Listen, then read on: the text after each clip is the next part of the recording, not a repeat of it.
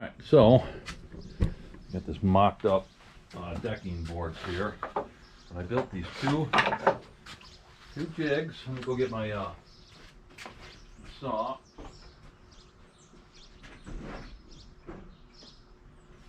Got a Bosch jig saw that I use, and this thing's been with me for quite a few years, and I don't like it. I'll show you how we did this. Okay, jigsaw. So the first cut that we have to make on these, I don't know if you can see any of that.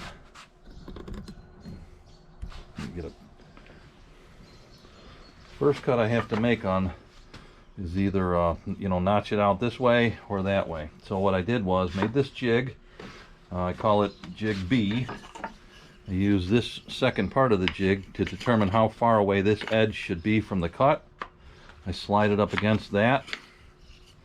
Right, I use this as a point of reference. Slide it up against that, clamp this down. Okay.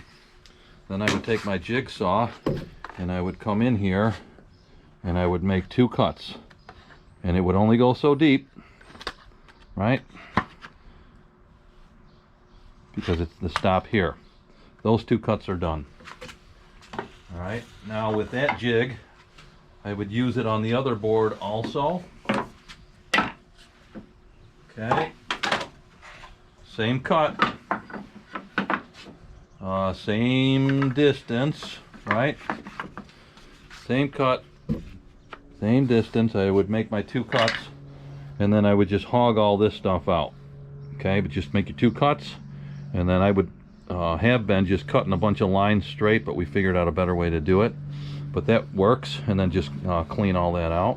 That works. Okay, so keep that in mind. I'll be back to that in a second. Then my second cut, I use my jig A with the set gauge. This gauge has got to be set on this edge right here. That's where the saw rides against. Okay, this is just a stop for the saw to not go so deep. So I set my gauge in there, do that, clamp this down. Then I would make one cut, hope you can see this, and then it would stop, that piece falls out. Okay, then what you got to do, which is kind of a pain, okay, is you have to flip the board around. Otherwise I'd have to make a second jig to do the other side. I'm not doing that. Right, so, and then again, set your jig to the proper distance, like that, clamp it down, cut that other notch out, falls right out. Now what we did learn is on this one, it's just a pain to hog all this stuff out with the saw. Okay, so what we did was we hogged just enough out where we can get that saw blade to go, give me a second here, hog just enough out to get the saw blade to go this way, right? And then we set, sorry about that, and we reset this jig in there. I think that's how we did it, or actually we just used this edge. That's what we did. And we set it for this distance, jig B. I think that's right. I think that's right. And then you would come in here. Nope, it's got to be jig A. Sorry. Jig A's distance. It takes some getting used to, but it's once you get rocking, you're golden. And then that's your distance right there. I don't know if you can see that. I hope you can. And then you just cut out the excess.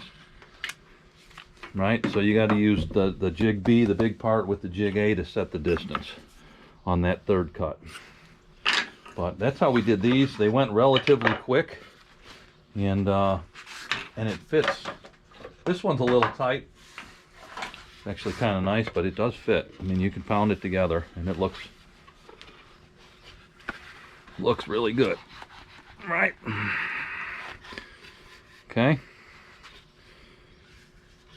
I mean, again, that's just decking board, rounded edges, so, but basically just making your box joints with this jig system. So I don't know what I'm going to do with that. Maybe I'll patent it and get rich and retire. Anyway, hope you enjoyed it. If you think about doing some of that, you know, lawn furniture type stuff, garden boxes, I think this system will work. It'll give it a lot of strength once it's pinned. So, all right, talk to you in a bit. Later.